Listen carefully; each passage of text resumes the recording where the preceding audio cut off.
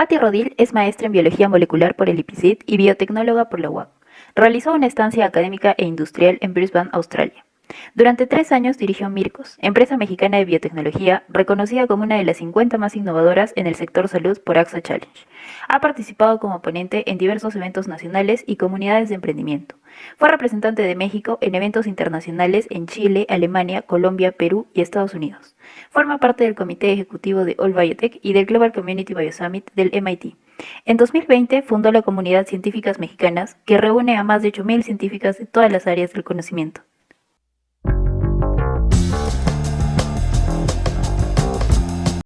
Pues en realidad es bastante interesante porque ya se ha visto en pandemias o en crisis, digamos, anteriores, durante la pandemia del SARS, que es, bueno, la del 2003, ya hace varios años, y durante la crisis en 2008 que fue una crisis económica mundial, que esas crisis lo que hicieron en realidad pues es que no detienen la innovación, sino que impulsan un tipo de innovación diferente. Lo que se estaba haciendo de forma regular, lo que ya digamos ya forma parte del mainstream, empieza a cambiar y vamos a tener como un nuevo mainstream, un nuevo tipo de innovación que se va a generar a partir de esta crisis. Entonces, al parecer, bueno, lo que viene muy fuerte y definitivamente pues tiene que ver con el tipo de crisis que estamos viviendo, es todo lo relacionado con industria médica, desde biotecnología hasta dispositivos médicos, telemedicina, etcétera. O sea, toda esa revolución que ya venía sucediendo en el área médica se va a acelerar y le va a permitir también llegar a un público más amplio que antes no era receptivo a este tipo de emprendimientos, pero que entonces rápidamente se va a volver receptivo. Y algo más que se va a integrar muy fuertemente dentro de los emprendimientos, de todo tipo de emprendimientos, va a ser pues la cuestión digital, ¿no? Todo se ha movido rápidamente hacia lo digital, desde el típico de que el marketing digital para todas las empresas ha sido como un salvador casi de algunas empresas moverlo todo a lo digital, pero también temas de logística, por ejemplo. Entonces, algo que es muy interesante que podemos aprender y que se vio en crisis pasadas, el ejemplo del SARS en 2003, es que a partir de esa crisis que estaba dejando muchos negocios fuera, surgió Alibaba.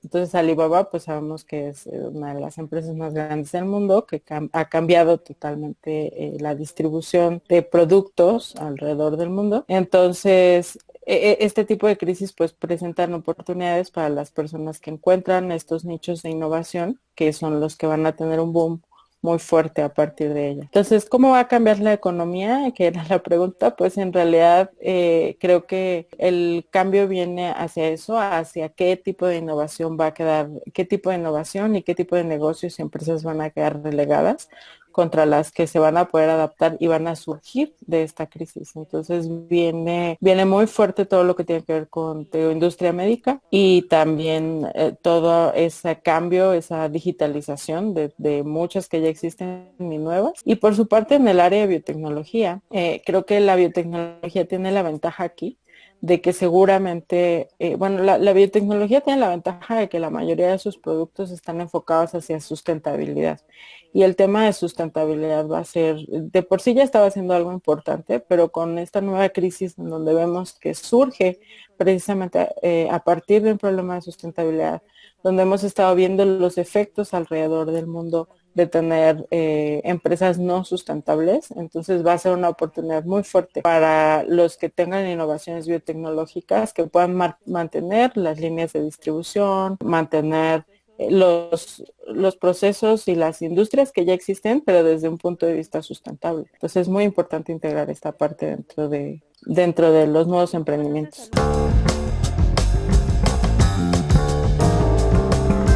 Pues hay ya alrededor del mundo muchas convocatorias que están promoviendo que se creen estos nuevos emprendimientos.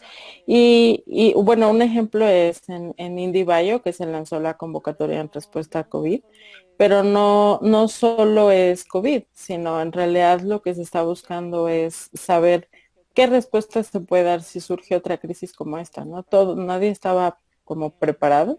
Yo no he visto personalmente nuevos emprendimientos aún. He visto muchos hackatones que se han hecho y que han surgido ideas muy interesantes, pero la mayoría las están tratando como iniciativas, buscando como este apoyo social y no aún lucrar con ellos, ¿no? Eventualmente van a tener que empezar a pensar en su sostenibilidad, entonces tendrán que buscar la forma de hacerlos lucrativos, pero hasta ahora ha sido más como hacia apoyo social. Lo que sí he visto más es muchos negocios emprendimientos que ya existían, que tal vez tenían 1 o 2 años, que están virando hacia atender este tipo de temas, que tenían soluciones para otras cosas y se dieron cuenta que las capacidades que tenían dentro de sus empresas les permitían virar rápidamente a eso.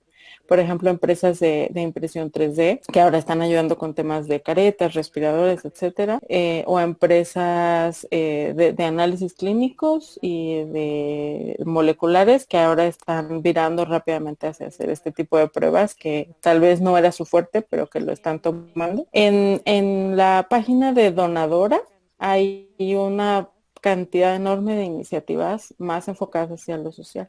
Y creo que esa es otra de las tendencias que vamos a ver a futuro. No estamos acostumbrados a pensar en el emprendimiento como el emprendimiento normalmente lo asociamos, claro, con generación de empresas, que es generar un negocio, que es lucrar, pero hay ciertos tipos de emprendimientos, los emprendimientos sociales, las empresas B, que están enfocadas sí a ser sostenibles, pero también a tener un impacto social, y creo que también va a ser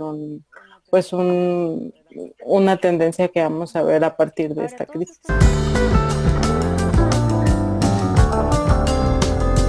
O sea, las entidades regulatorias existen. Yo creo que más bien lo que falta es acelerar los procesos para analizar si una solución es viable o no y si una solución realmente cumple con la regulación o no. O sea, y eso te permitiría pues más fácilmente eliminar a los que no y dejarlos fuera rápidamente. Actualmente los procesos regulatorios son más lentos, esa es una, pero sí, o sea, definitivamente la crisis va a pasar, o sea, la crisis va a terminar en algún momento y muchos de estos emprendimientos que surgieron solo para resolver temáticas de la crisis, pues van a terminar muriendo cuando la crisis se acabe, porque es muy fácil olvidar, o sea, ahora estamos todos que tienes que lavarte las manos, ¿no? La higiene, por ejemplo. Bueno, hay un pico en el que surgen emprendimientos que están resolviendo eso, pero después cuando termine la crisis ese pico va a bajar nuevamente. La gente se le va a olvidar que tiene que seguir medidas de higiene y ahí muchos de esos emprendimientos pues van a quedar, ¿no?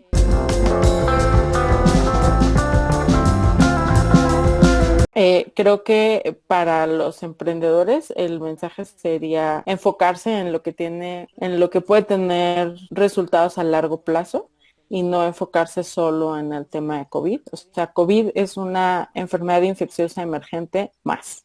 Hay muchas otras y que muchas tecnologías que se están desarrollando ahorita para COVID pueden ser útiles para ellas. Entonces hay que como que ampliar ese panorama y pensar que, bueno, la crisis va a terminar en algún punto y entonces, ¿qué es lo que sí? No es un pensamiento solo a corto plazo, sino a largo plazo.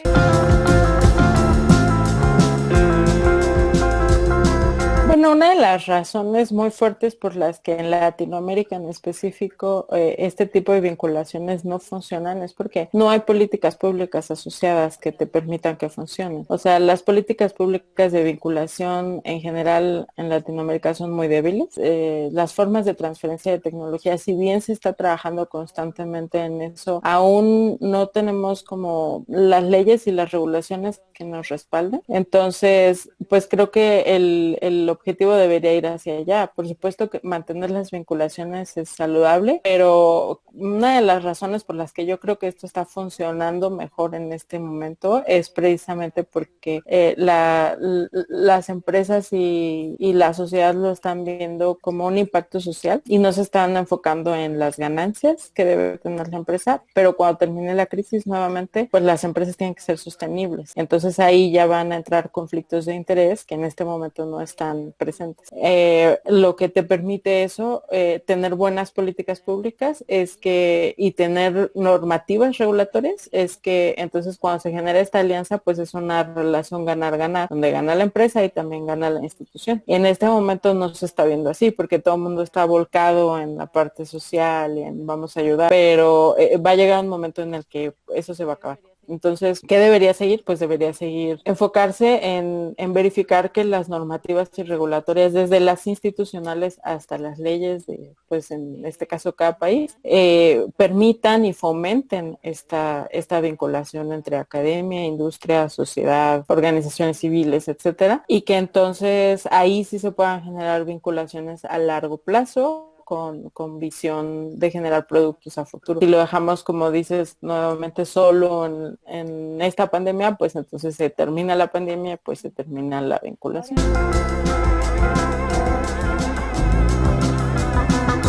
No, pues que yo no tengo una respuesta para eso. O sea, tenemos que estar conscientes de que vivimos en una economía globalizada. O sea, no hay forma creo que ya no es válido en esta época, esa es mi visión, de decir, no, ya me voy a cerrar a traer cosas de otros lugares porque las puedo producir aquí. O sea, una ventaja que nos está dando en Latinoamérica es esta pandemia, es darnos cuenta de que realmente tenemos las capacidades de innovación, de producción, de generar estos recursos, pero eso no significa que debamos enfocarnos a esto. O sea, no significa que ahora nos vamos a volver productores de respiradores si pudiéramos hacer otras cosas. O sea, al final del día sí vivimos en una economía global. México, por ejemplo, es uno de los productores de mascarillas más grandes del mundo. Creo que es el segundo después de China, porque tenemos una industria muy fuerte de dispositivos médicos y cosas relacionadas sí, a productos médicos, pero es porque esa industria ya existía aquí. Entonces, ¿qué está permitiendo? Bueno, que se innove más rápido, que se busque generar más productos más rápido, pero decir que ahora nos vamos a volver entonces 100% productores de esto, tal vez no sea la situación. Lo que sí puede ser interesante es que se genere más competencia, o al menos así lo veo yo. Claro que vas a tener traer productos chinos o traer productos de donde sea que pueden ser más baratos, pero también tienes la capacidad de producción local y bueno, o sea, eso te permite tener competencia dentro de tu mercado interno.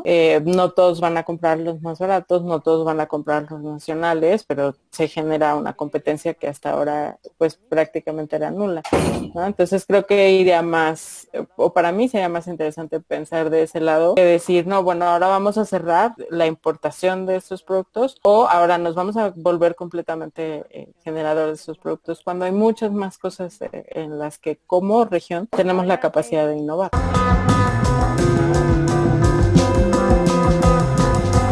Es complejo precisamente porque las regulaciones son distintas en cada país y cuando hablas más, por ejemplo, de organismos modificados genéticamente o de temas que incluyen edición génica, es todavía más complicado porque no hay, o sea, hay países dentro de mismo Latinoamérica que tienen regulaciones muy estrictas contra otros que tienen regulaciones muy laxas, entonces es difícil decir, bueno, me voy al otro cuando tal vez en el otro mi producto no esté permitido. Hay alianzas, bueno, existía por ejemplo la Alianza del Pacífico, que es una organización que tiene una relación entre 4 países en Latinoamérica, que son México, Chile, Colombia y Perú, que tienen de hecho estrategias y tienen ellos asesorías también y apoyos para soft landing. Soft landing es llegar a un nuevo mercado y que te ayuden a lanzar en ese nuevo mercado de una forma más fácil. Que incluye ver temas de regulación, ver temas de costos en el nuevo país, ver temas de importación y exportación, etcétera. Entonces estas asesorías existen. Una de las formas de trabajar en esto, pues precisamente es si la empresa de biotecnología tiene inversionistas, normalmente los inversionistas, sí hay inversionistas que trabajan como pues por país o región, pero en realidad la Asociación Latinoamericana de Inversionistas de Capital Privado tiene, o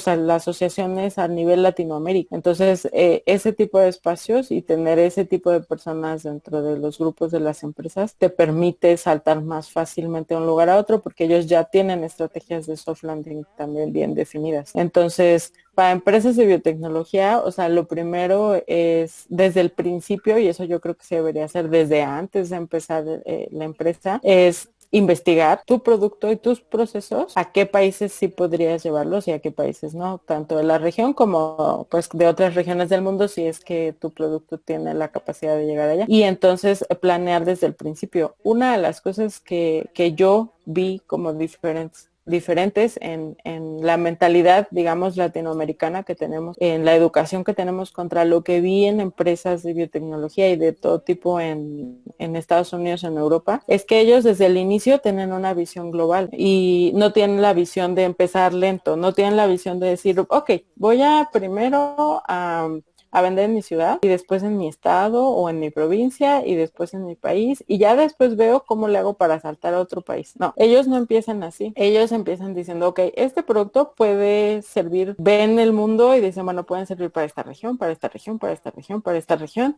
Y entonces empiezan a analizar lo que está pasando en cada una de las regiones y sus planes desde el inicio van a nivel global. Entonces, eso que les permite que ellos ya saben que si algo funciona o no funciona en una región del principio, ellos eligen regiones para hacer pruebas. Entonces, pensemos en casos, bueno, este es digital, 100%, pero pensemos en un caso como Airbnb. Airbnb cuando tuvo la intención de entrar a Latinoamérica, dijo, ¿quién es el representante en Latinoamérica? Es México. Vamos a hacer pruebas en una región específica de México. Y entonces empezaron a hacer pruebas en esa región, hicieron pruebas de mercado, de mercadotecnia, de regulación, etcétera. Y ya que controlaron, o digamos que tuvieron esa región, entonces saltaron a toda Latinoamérica, pero en cuestión de meses, ¿no? Y de hecho, para Airbnb, el mercado más grande actualmente, bueno, hasta hace unos meses era México, incluso más grande que otros mercados. Entonces, esta visión desde el inicio es muy interesante, esta planeación desde el inicio es muy interesante y creo que como latinoamericanos normalmente no la tenemos. Eso es lo que estamos en este ir lento porque es el modelo tradicional que nos han enseñado. ¿Cómo puedo yo primero controlar mi ciudad y luego vender en mi estado y luego vender en mi país y luego ya irme a otro país? Y lo vemos como algo muy lejano. Mientras que en estas empresas que surgen y crecen exponencialmente piensan a nivel global desde el inicio. Entonces, la recomendación sería que si tu producto o tu proceso realmente podría tener ese impacto global, pues desde el principio lo pienses para llegar a un impacto global y pienses estas cosas. O sea, la regulación de este producto me va a permitir, la regulación en distintos países me va a permitir llegar a ellos. Si no, entonces, ¿para qué estoy haciendo este producto? Debo pues tal vez virar o modificarle algo de tal forma que sí me permita llegar a estos lugares, ¿no?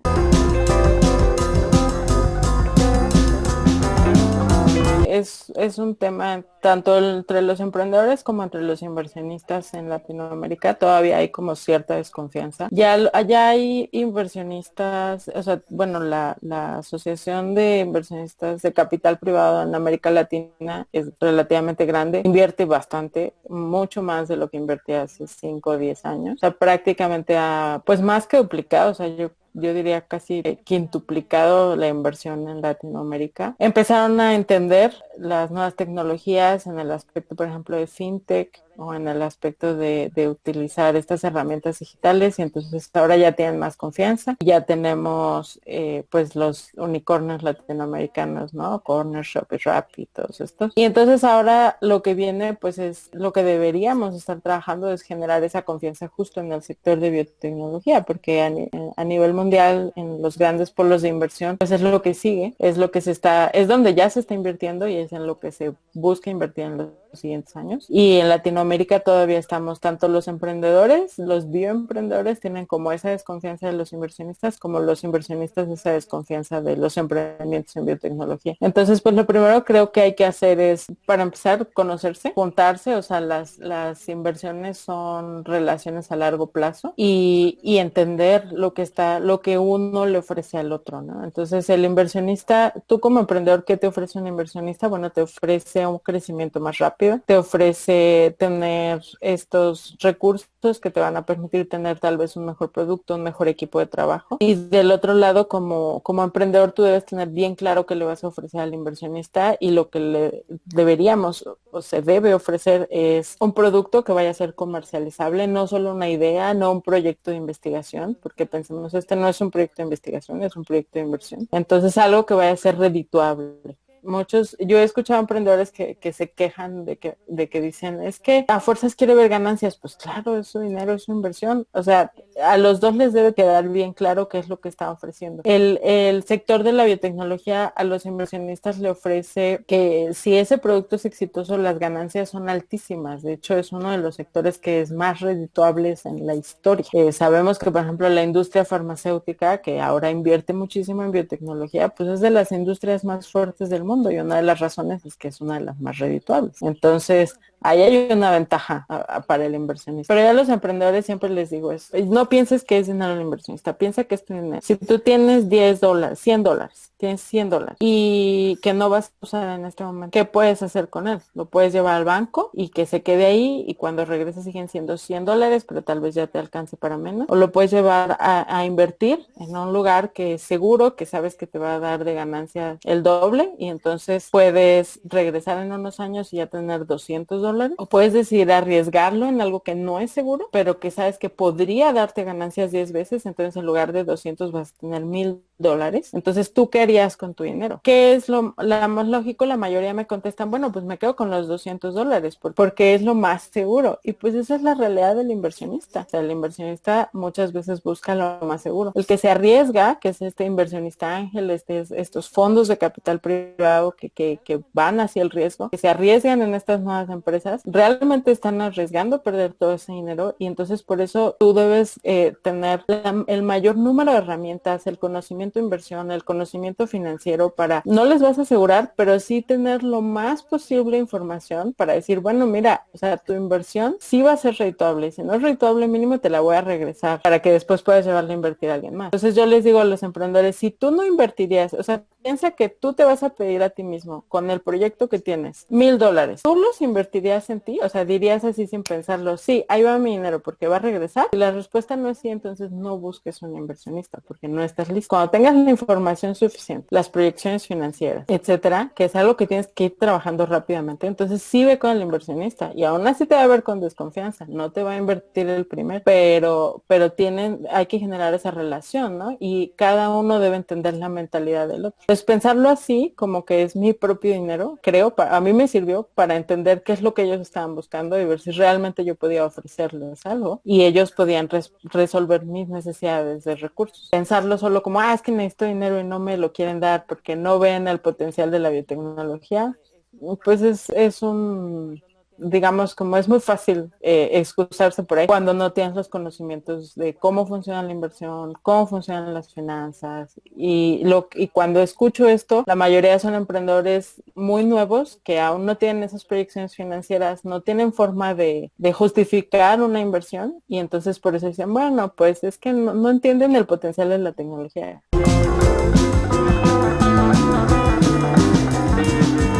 Pues sí, pensando un poquito en ese tema de inversión, estuve recientemente leyendo, no sé qué se ha hecho en otros países, pero en México la Asociación de Capital Privado Mexicana, la que es mexicana, lanzó un comunicado diciendo a qué se comprometen ellos como inversionistas con los emprendedores. Eso me pareció muy interesante.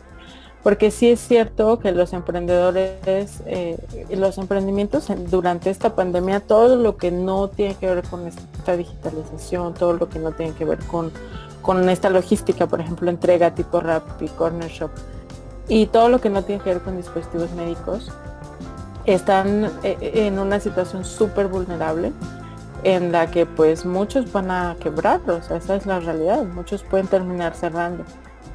Y la Asociación de Inversionistas entonces lanzó este comunicado diciendo que ellos se comprometen, por ejemplo, a no aprovecharse en esta situación de crisis porque sí podría suceder que entonces busquen, con la desesperación del emprendedor, busquen tener condiciones ventajosas sobre los emprendedores, quedarse con más acciones, etcétera.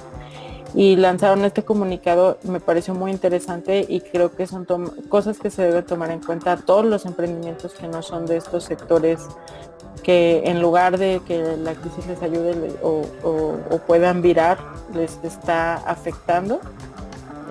Tomar en cuenta todas estas, o sea, bueno, este tipo de recomendaciones y comunicados que están haciendo las asociaciones de apoyo y cómo pueden participar también como sector, cómo pueden mantenerse y ser resilientes.